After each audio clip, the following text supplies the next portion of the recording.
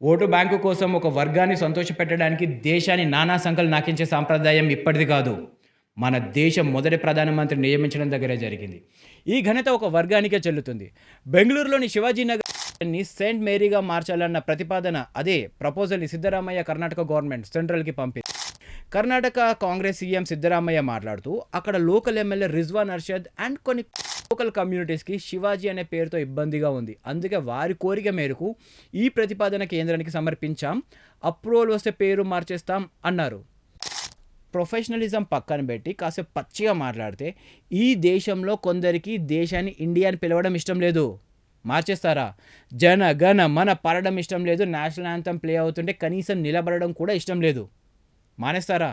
వాళ్ళకి ఈ దేశం అభివృద్ధి చెందడం ఇష్టం లేదు. ఆపేస్తారా?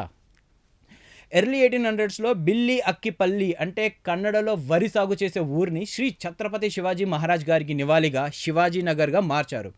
గట్టిగా మాట్లాడితే ఆ నగరానికి ఆ పేరు పెట్టినప్పుడు ఇప్పుడు ఆ పేరు మార్చాలి అనే ప్రపోజల్ తెచ్చిన పార్టీ కూడా పుట్టలేదు. శ్రీ ఛత్రపతి శివాజీ మహారాజ్ గారికి చేసే అవమానమని మహారాష్ట్ర ముఖ్యమంత్రి ఫడ్నవీస్ అన్నారు. ఏది ఏమైనా ఒక రాజకీయ పార్టీ ఓటు బ్యాంకు కోసం కాకుండా దేశం కోసం నిలబడ్డప్పుడే ఈ దేశం అస్తిత్వం సుస్థిరంగా ఉంటుంది, అభివృద్ధి సమర్థవంతంగా సాగుతుంది. జై హింద్.